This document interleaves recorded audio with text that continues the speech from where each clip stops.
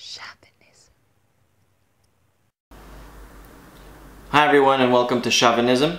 I know this channel is mainly a comedy channel, but I'm trying to throw into the mix some more serious topics. There is a plan in the long term to have 2 videos a week where one is serious and one is comedy. For now, because I don't have the time to do 2 videos a week, then I'm just throwing that into the mix. I even wore a button t-shirt for the occasion. For those of you that are joining the channel for the first time, this is mainly a comedy channel, but this is sort of the first video that I'm actually doing a serious topic. I'll probably know from your comments if it's something you'd like to see more, or if you don't want me to express opinions about anything. I'm not gonna do vlogging per se, so I went to the shops and this is the day that I had. But I do want to, I think YouTube is a great platform to create discussion and raise topics, and you can say what you think and other people react, and in that sense there's a good dialogue, hopefully, between me and you guys. So what I want to talk about this week is how we form opinions about topics we know very little of. And I use the title as an example. People will be very fierce in their reaction towards Michael Jackson. Was he a pedophile? Do we know? Some people I work with defend Michael Jackson very strongly and say, no, he was never a pedophile, he's just a child, that's how they see him, he's just naive. That may be true, but it's not factual based, it's intuition based. You hope, or you wish, or your empathy goes to Michael Jackson, and you're hoping that the bad things that people said about him are not true. But that has no grasp in facts.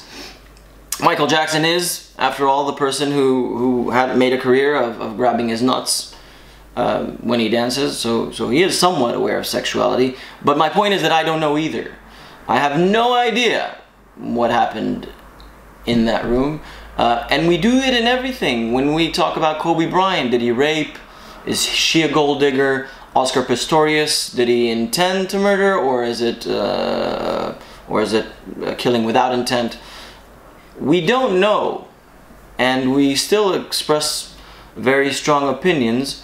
And it's like choosing a football team. I think it's human nature to sort of choose a side. I work a lot with kids and children's theater, and you'll see them very quickly. I used to be in a pirate show. And there's 2 pirates, both of them supposedly evil pirates that are trying to get a treasure.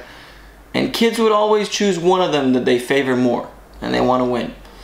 And sometimes it's added in the show, but sometimes that has nothing to do. And sometimes you'll see that the majority will go with one, but there'll always be a few kids that want the other person to win.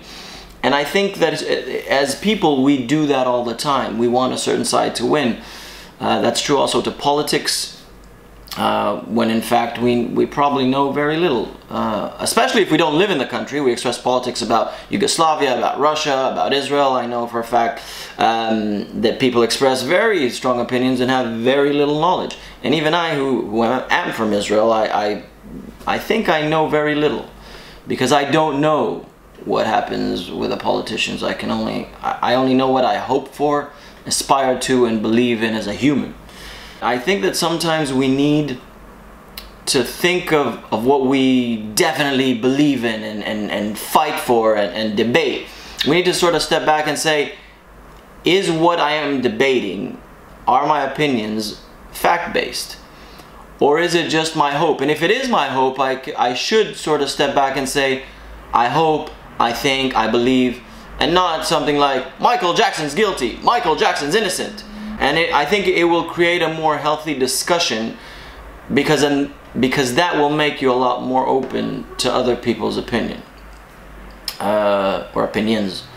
And I think that's a healthy thing for a society, because it relates to all the world events that I think people are very unopen and somewhat obtuse to anyone else's religion or thoughts or opinions, and it starts from you know, the small things, the events. I spoke of celebs, but it also deals with bigger topics. And I think if we can create a healthy discussion Where in the end you'll probably believe what you believe, and you'll hope for what you hope, and you'll empathize with whoever you want to empathize, because that's how we are as people. We can't detach from the way we feel.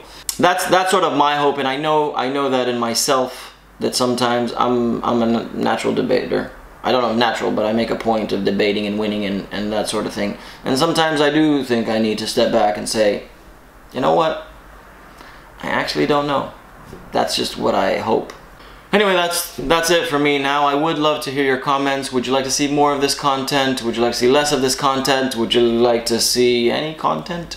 If you do, then obviously please do subscribe.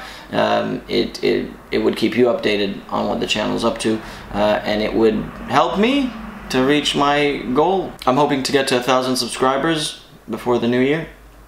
So if you just want to help me, that's awesome as well. I'll accept it. Thanks. And that's all from me this time. And I hope you enjoyed it, and I'll see you next time with some comedy. Bye, guys.